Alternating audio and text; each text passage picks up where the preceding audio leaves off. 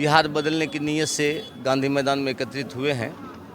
इनका मंशा साफ है कि 20 साल से किसी एक सरकार को झेलते झेलते लोग तंग आ चुके हैं।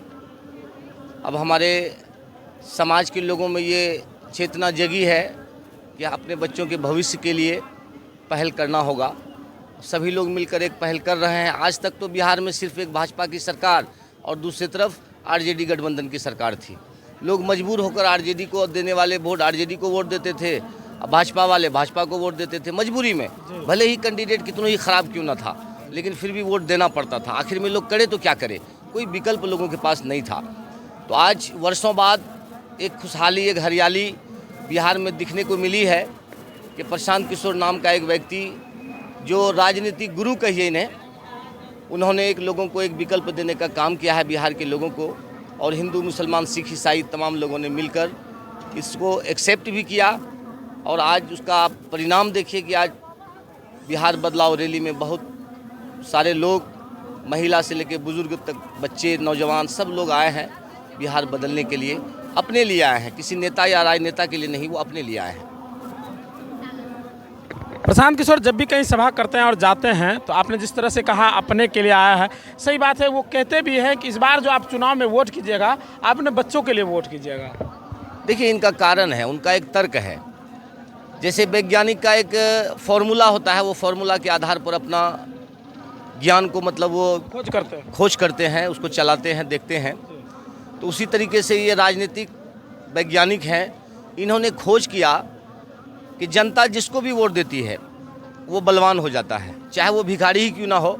अगर उससे जनता वोट दे देती है तो वो या तो मेंबर से लेके मुखिया से लेके एमपी एमएलए तक वो बन जाता है। गोया के एक जनता के वोट में इतना दम है कि वो वोट किसी को भी चले जाए, वो आदमी अपने आप बड़ा बन जाता है। तो अब प्रशांत जी का कहना है कि ये वोट अब नेताओं को ना दे करके लोग अपने बच्चों के भविष्य के लिए, अगर बच्चों के नाम पर वोट डाले, तो उनका मानना है या हमारा भी मानना है कि जिस तरह से हमारे वोट से नेता बलवान हो जाते हैं, उसी तरह हमारे वोट से हमारे बच्चों का भविष्य बलवान हो जाएगा। ये हम लोगों का एक सूत्र है, कहिए कि अपने बच्चों के भविष्य को बदलने का एक मंत्र है।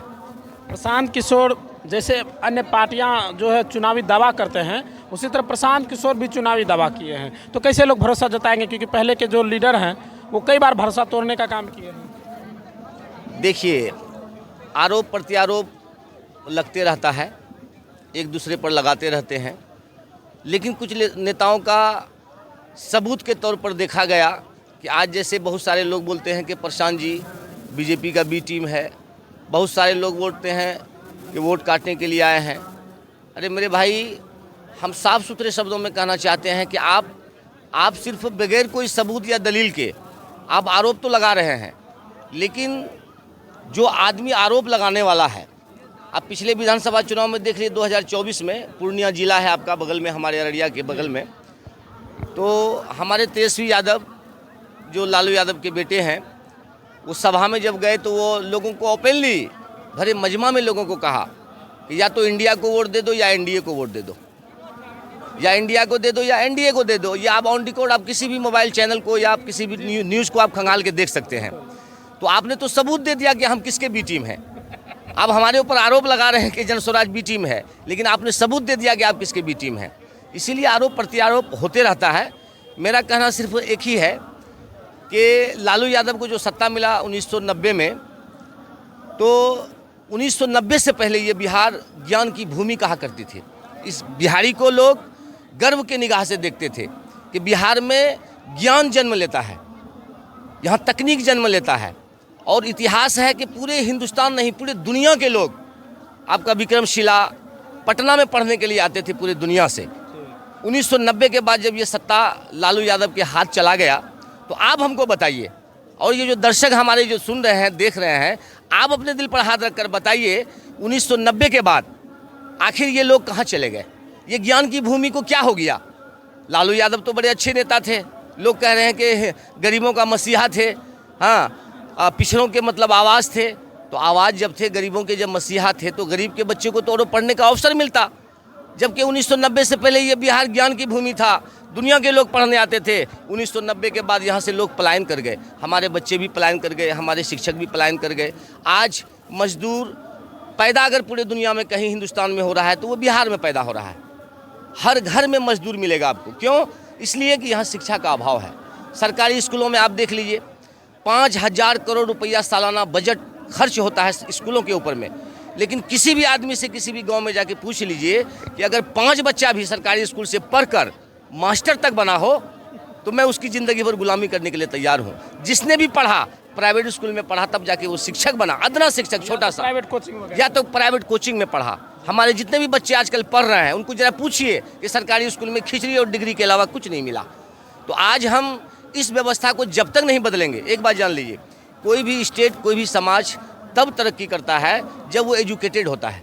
जब तक उसके अंदर एजुकेशन नहीं आएगा वो कभी जीवन में तरक्की नहीं कर सकता है। कोई नेता किसी को 10-20 हज़ार रुपया देकर अमीर नहीं बना सकता है।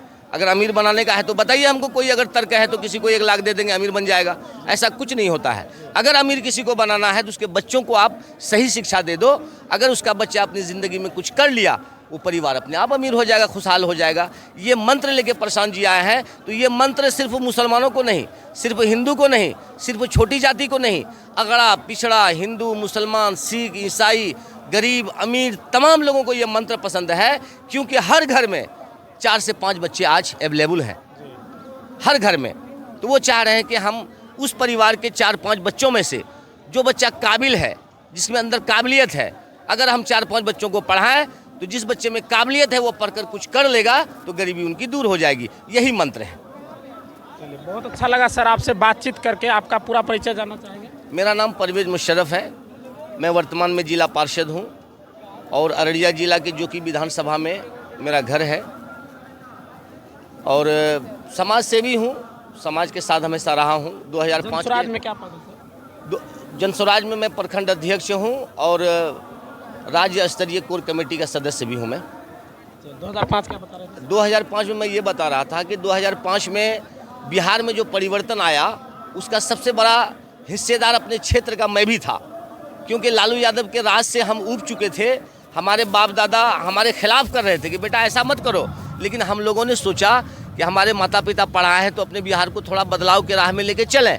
तो 2005 में हम लोगों ने नीतीश कुमार के दम पर उसके साथ मिलकर सत्ता स्थापित किया है बिहार के अंदर में। हम लोगों ने पूरे मेहनत और मशक्क़त के साथ, लेकिन अब 20 वर्ष हो चुका, अब नहीं 20 वर्ष हो चुका। किसी भी स्टेट के मुख्यमंत्री को 20 साल आज तक हम लोगों ने नहीं देखा।